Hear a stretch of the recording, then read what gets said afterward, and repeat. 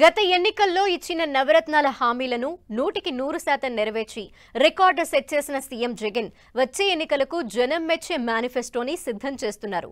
Why not 175 నినాదంతో 2024 విక్టరీకి మరికొన్ని పథకాలను మేనిఫెస్టోలో చేర్చనున్నట్టు తెలుస్తోంది. ఇప్పటివరకు ఓ లెక్క, ఇక నుంచి మరో లెక్క అంటున్న సీఎం జగన్ మేనిఫెస్టో వ్యూహం ఎలా ఉండబోతోంది అనేది సర్వత్రా ఆసక్తికరంగా మారింది. మేనిఫెస్టో అంటే భగవద్గీత, ఖురాన్, బైబిల్ అని ఏపీ సీఎం జగన్ నిర్వచనమిచ్చారు. చేసేవే చెప్పాలి, చెప్పామంటే అమలు చేసి తీరాలి అనే నినాదంతో ముందుకెళ్తున్నారు. మేనిఫెస్టోకు 5 ఏళ్లు అత్యధిక ప్రాధాన్యత ఇచ్చారు. దాదాపు 99% అమలు చేశామని చెబుతున్న జగన్ వచ్చే ఎన్నికలకు కొత్త మేనిఫెస్టోను సిద్ధం చేశారు.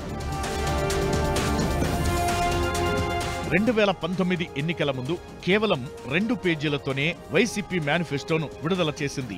నవరత్నాలతో పాటు పాదయాత్రలో ఇచ్చిన హామీలను పొందుపరిచారు. అధికారంలోకి వచ్చిన తరువాత వాటి అమలుపైనే దృష్టి పెట్టారు జగన్. ప్రభుత్వంలోకి వచ్చిన వెంటనే అన్ని కార్యాలయాల్లో మేనిఫెస్టో కనిపించేలా పోస్టర్లు వేశారు. మేనిఫెస్టోలోని అన్ని అంశాలను అమలు చేశారు. మద్యపాన నిషేధం, సిపిఎస్ రద్దు వంటివి కుదరలేదనే అభిప్రాయముంది. మద్యం షాపులు తగ్గించి రేట్లు పెంచడం, సిపిఎస్ కి బదులు జీపీఎస్ ను తీసుకురావడం వంటివి చేశారు. అందుకే 99% అమలు చేశామని చెబుతున్నారు జగన్. ఈసారి తీసుకురాబోయే మేనిఫెస్టో ప్రజలకు మరింత మేలు జరిగేలా ఉంటుందని జగన్ తెలిపారు.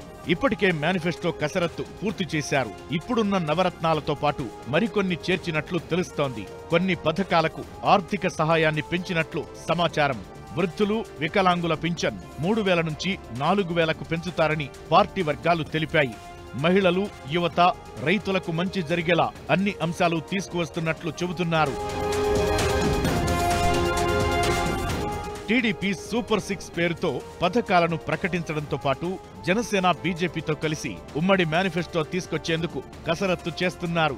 అయితే అందుకు దీటుగా వైసీపీ మేనిఫెస్టో తీసుకొస్తోందని చర్చ జరుగుతోంది.